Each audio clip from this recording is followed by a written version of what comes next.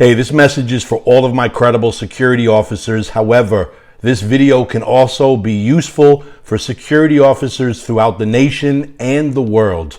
We are all on the same team dealing with this pandemic of the coronavirus, and I want to make sure that we're doing all we can to reduce the exposure.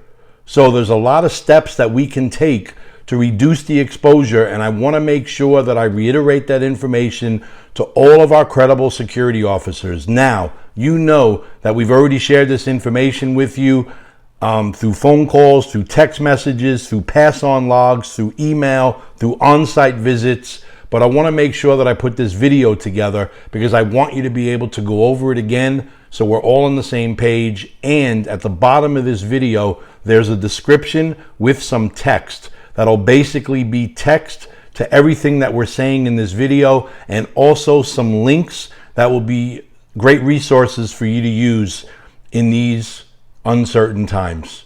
So with that being said, what I want to do is reiterate our new policies regarding COVID-19, and I want to make sure that everyone is following them. And again, you don't need to necessarily work for my company to follow these rules. I guarantee you some of the rules that we put in place for Credible Security Solutions can help you at the security company you're working for as well.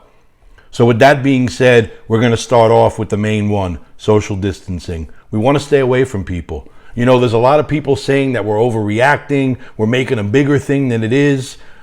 I don't know, but what I do know is better safe than sorry, and it's better to have a plan in place just in case, as opposed to being careless and reckless with the way that we live our lifestyles. So I know that last Monday, we had a little over 4,000 cases here in America, and now we have 44,000 cases.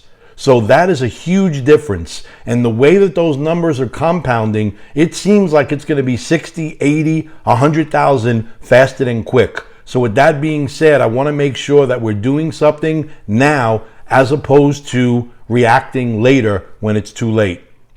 So social distancing, and there's something that we've done to help out with that. So some of our job sites have a skeleton crew. There's not as many employees there, so we're not really around a lot of people. And what we're basically doing is securing the site so that there's no burglaries. And if people are coming to visit, we're telling people they can't come in if the building is closed. Something else that we've been doing is enforcing the social distancing at some of our locations. So if we're seeing a gathering, we're not letting people in more than 5 or 6 at a time, so we don't have 10 or more people in a location. And then something else we're doing as well is some of our sites where we check identification, we take photos of the ID, we take photos of the vehicle that's pulling in. We're not going to be taking the identification moving forward. So at some of our locations where we have that contact with visitors, we're going to be asking them for their first name, their last name. We're going to document that in our digital system. And then we're going to go ahead and get clearance before we let them on the property by making the appropriate phone call. And then we're going to take a photograph of their vehicle so that we can get the make, model, color, and license plate number. So that's something that we're doing also for the social distancing. I want to make sure that I encourage everyone to not just do this while at work, but do this while you're off duty. You know, don't go out to places that are in public. Only go shopping if you need to. Make sure you're mindful and using some of the other tips that we're going to provide you with now while you're working or while you're not working. So a lot of people don't realize how many times a day we actually touch our face. So some of the recommendations have been be mindful of this and try not to touch your face, your lips, your mouth, your nose, your eyes, because that's a great way of spreading the germs. So you want to make sure that you're cleaning your hands, and we're going to talk about that as well in this video, but be mindful of your face. And if you're going to sneeze or cough, make sure you're using a tissue or a napkin, cleaning your face like that, and then discarding the napkin. Don't put that tissue on the patrol vehicle front seat, in the cup holder, in the ashtray, on the dashboard, in your pocket, on the counter. No, make sure you're discarding it right after you use it, and either wash your hands or at the very least use some antibacterial lotion after doing that. Again, it's being more mindful, it's being a step ahead of it, and hopefully that can help reduce the exposure of spreading the virus. So we've also shared with you in the past some of the symptoms that was provided by the CDC, which includes fever, cough, runny nose, shortness of breath. So if you have any of these symptoms, we do not want you coming to work. We do not want to have you at work sick. We're possibly making your illness worse or spreading the illness to other people. So with that being said, if you're feeling any symptoms like a cough, a fever, body aches, sneezing a lot, if you're feeling sick, we do not want you coming to work, and we recommend that you don't just go to your doctor, don't just go to a hospital. Make sure you call your doctor first and check out those symptoms to find out what you have and see what your doctor says from there. Again, we're going to be providing some links in the description of this video. That'll be some good resources that you can use that'll help you look for those symptoms, and some resources that you can use in case you need to contact someone.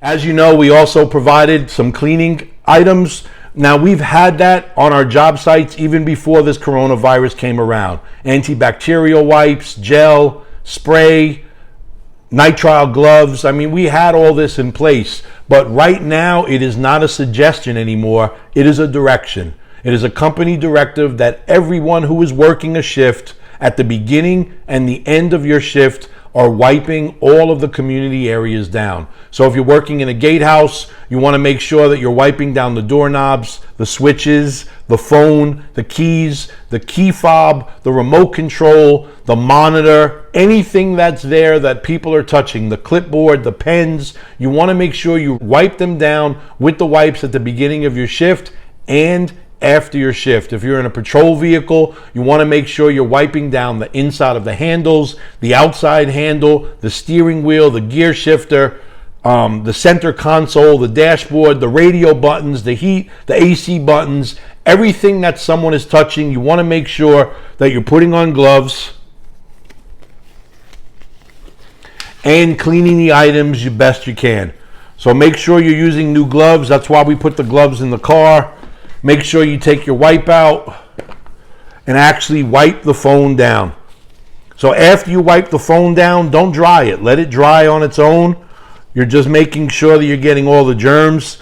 Obviously, discard the wipe. Discard the gloves as well. And clean your hands afterwards. So what I would suggest is everyone is using soap and water. If you have to use antibacterial lotion, that's fine. There's going to be some more information in the notes, as I said. But soap and water, hot water for 20 seconds at least or more. So you're not just going like this and drying off. You're not just wetting your hands and drying off. You're actually going to wet your hands with hot water. You're actually going to lather up with some antibacterial soap.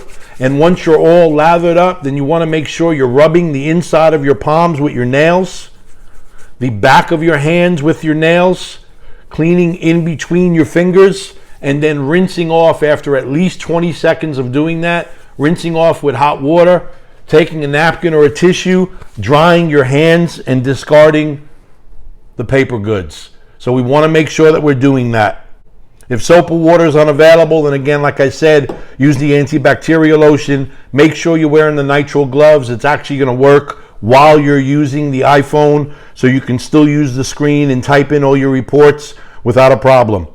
If you're working at a location that's a pharmacy, as some of you know, you're handling some of our robbery prevention details where we're at pharmacies, and you want to make sure that you're extra mindful of that social distancing, because who's going to be walking into a pharmacy? Obviously, someone who's sick, possibly getting medication. They may not be taking some of these warnings, and they may just go out and try to pick up some meds or something at the pharmacy. So you want to make sure that you're social distancing, but you're also being mindful of people who are displaying signs of illness, coughing, sneezing. Try to stay away from that area. We want to keep all of this in mind. Again, I want to make sure that all of our officers, and everyone for that matter throughout the country, is healthy, alert, and safe. So with that being said, I want everyone to always keep in mind to stay alert and be safe. And we always say that, and it is not a coin phrase. I don't tell people to stay alert and be safe because I want people to survive life as a warrior. No, I want people to live life as a warrior. And doing that, you need to make sure that you're taking care of yourself as a top priority, your family, your friends, your coworkers, and obviously as a security officer, the general public. So again, everyone, please follow these directions and please stay as healthy as you can. Stay alert and be safe.